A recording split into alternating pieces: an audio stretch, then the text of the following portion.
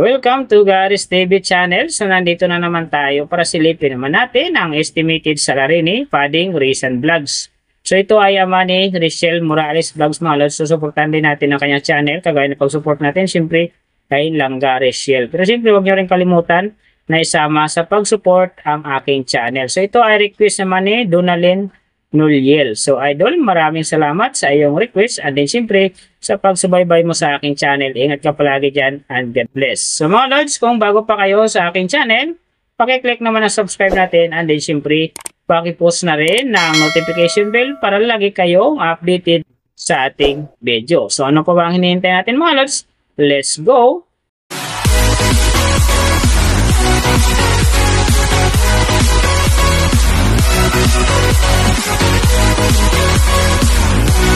So mga lods, si Fading Rizan Vlogs sa ngayon ay mayroon na upload videos na 151. And then mayroon na rin siyang subscriber na 34.9k. So may video views naman siya ngayon na 3,102,958. And then yung kanyang country is PH. So yung channel type naman niya mga lods naka-blank pa. And then yung account niya ginawa ito noong February 16, 2024. So doon naman sa kanyang total grade, nakakuha siya ng B-. And then sa kanyang social blade rank naman nasa 770,599. So doon naman sa kanyang subscriber rank nasa 5,013. And then sa kanyang video views rank naman nasa 2,328,529. So doon naman sa kanyang country rank nasa 1,630. And then, sa channel type rank niya, same pa rin mga lods, naka-blank. So, nakita na natin yung kanyang ranking. Silipin naman natin yung kanyang last 30 days na subscriber. So, nakakuha siya dito ng 400. Ang hindi lang maganda dito mga lods, kasi ang kanyang percentage ay bumaba ng 20%.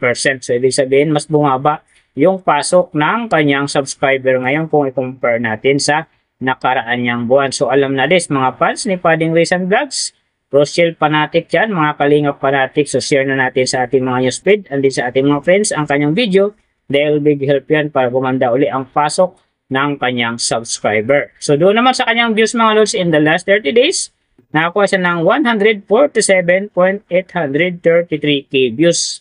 So hindi rin maganda ang kinalabasan kasi ang kanyang percentage dito ay bumaba din ng 8.9%. So ibig sabihin, bumaba din ang pasok ng kanyang views sa ngayon kung i-compare natin sa nakaraan niyang buwan. So, mahalaga talaga mga lods ang pag-share ng video dahil yan ang pinaka-importante para umangat uli ang kanyang subscriber and siyempre yung kanyang views. So, nakita na natin yung kanyang ranking, last 30 days subscriber, and then yung kanyang views. Silipin naman natin yung kanyang daily summary from subscriber, views, and then yung kanyang earning. So, sa kanyang subscriber mga lods, may 3 araw akong nakita rito na umangat ng tig 100. Simula noong October 23, nakakuha siya ng 100.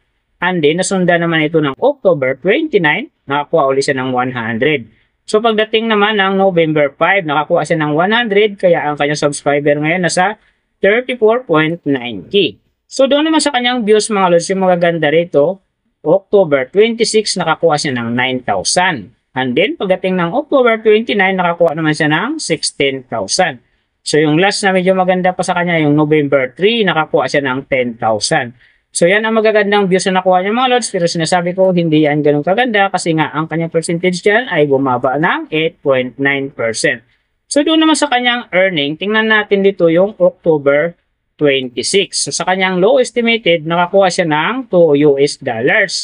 And then, sa kanyang high estimated naman, nakakuha siya ng $40.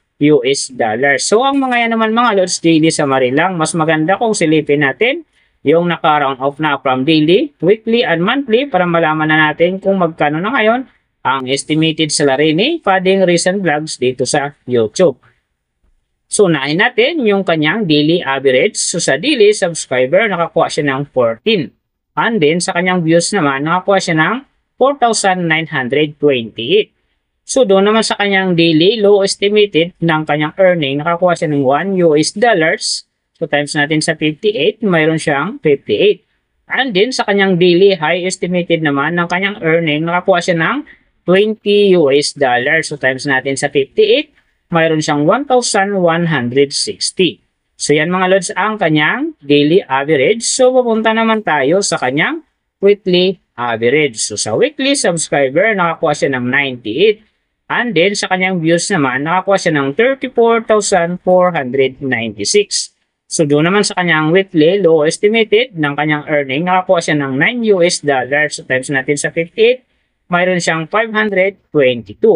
And then sa kanyang weekly high estimated naman ng kanyang earning, nakakuha siya ng $138. So times natin sa 58, mayroon siyang 8,004. So yan naman mga lods ang kanyang weekly average. So papunta naman tayo sa kanyang monthly average. So sa monthly subscriber, nakakuha siya ng 400. And then sa kanyang views naman, nakakuha siya ng 147,833. So doon naman sa kanyang monthly low estimated ng kanyang earning, nakakuha siya ng $37. So times natin sa 58, mayroon siyang 2,146. And then sa kanyang monthly high estimated naman ng kanyang earning, nakakuha siya ng $591. So times natin sa 58, mayroon siyang 34,278. So yan naman mga lods ang kanyang monthly average. And then yung nababanggit ko rito or nakikita nyo is pawang estimated lamang yan. Nakabase lang tayo sa Social Blade website. Isang public website na kahit sino pwedeng silipin kung magkano na ang estimated salary ng ating mga iniidolong YouTuber, vlogger, or influencer. And then mga lods, lagi ko sinasabi, palagi natutupad dyan yung low estimated kasi nga hindi talaga natin kaya sa ating mga viewers na huwag mag-skip ng ads. Pero pwede pa rin naman yan maging times 2, times 3, or maging times 4 pa yan kapag ang isang vlogger nakapagpa-viral ng kanyang video. Pero siyempre mga lods, kung supporter ka ni Padding Rizan Vlogs or isa kang Kalingap Fanatic or Rochelle Fanatica, huwag ka na mag-skip ng ads dahil big help yan sa kanyang channel. At siyempre, sa mga kababayan natin na kanya rin tinutulungan dahil siya din ay isa ring charity vlogger. Pero siyempre mga lods, huwag nyo rin kalimutan na huwag na rin i-skip ang aking ads dahil big help nyo sa aking channel at saka siyempre sa aking mga personal na adikain. So mga lods, kung nagustuhan nyo ang video na to, pakiclick naman ang subscribe natin. And then siyempre, pakipost na rin ang notification bell para lagi kayong updated sa ating video. So, yung mga gustong magpagawa ng video na same nito para sa inyong mga iniidolong YouTuber, vlogger, or influencer, comment nyo sa baba yung tamang detalye ng kanyang channel para ma-search natin kaagad at magawa natin sa next video. So, big thank you sa lahat ng mga sumusuporta sa aking channel. Tsaka magsusupport pa lang, ingat kayo palagi and God bless. At sana gabayan kayo palagi ng Panginoon sa ginagawa niyo araw-araw. At siyempre, magtagumpay din kayo sa inyong mga pangarap. So, hanggang dito na lang.